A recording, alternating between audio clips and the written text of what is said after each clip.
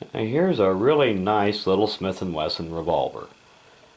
It's a model 34-1, the Smith & Wesson kit gun. 22 long rifle, 6-shot, made on the J frame with a 4-inch barrel, nice blue, and if I recall when I looked up the serial number, I believe this one was made in 1975, I think. And it's just in just as close to perfect condition as you could ever hope to find one of them. And it is just a bit unusual. Most of these with a 4-inch barrel that you find have got a square butt grip. This one's got a round butt grip. And I found this at a local gun show last November. And it was, I thought, kind of pricey, but still it was such nice condition that I just couldn't let it go. I had to get it and take it home with me. And the little kit guns are just a lot of fun to shoot. See how these markings will show up here.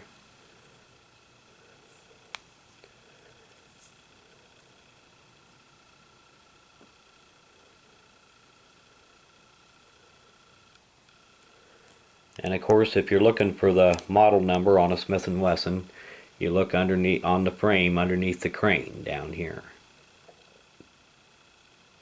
And on most Smith & Wessons, you'll find the serial number on the bottom of the grip frame. But anyway, these guns go way back. They were made for years.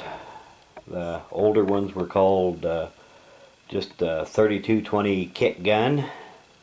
The 32 standing for the frame size. Back before they called them a J frame or an I frame, they were a 32 caliber frame. And just the kit gun was chambered in 22 long rifle, and they called it a 22-32 kit gun. And then in 1957, Smith & Wesson went from having named models to numbered models, and it became the Model 34.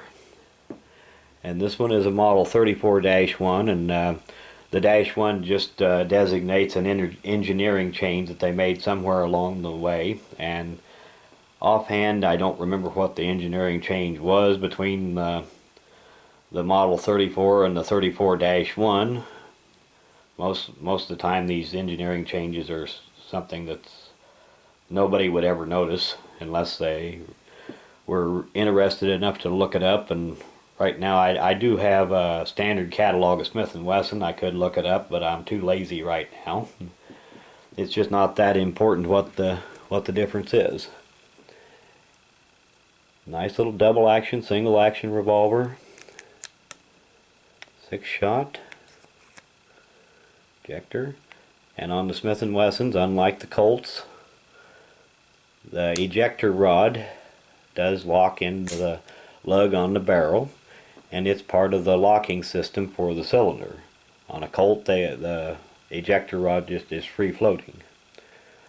Adjustable sights, and like I said, the bluing on this gun is just almost perfect. I would imagine that somebody, the original owner, probably bought this gun and put it away in their sock drawer, took it out and cleaned it occasionally. I doubt that it's ever been shot very much.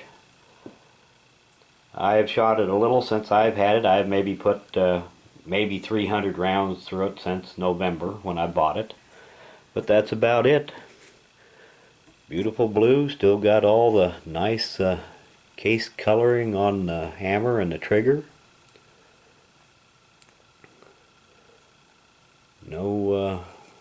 No marks on any of the screws. The grips are just perfect condition. Just in general, it's just a nice little kit gun. And I had it out for a previous video on small guns, and I thought before I put it away here, I'd just do a little individual video on it. And before I get clear down here, I'm going to do a nice little video on a Model 63, which is essentially the same gun except in stainless steel. Thanks for watching.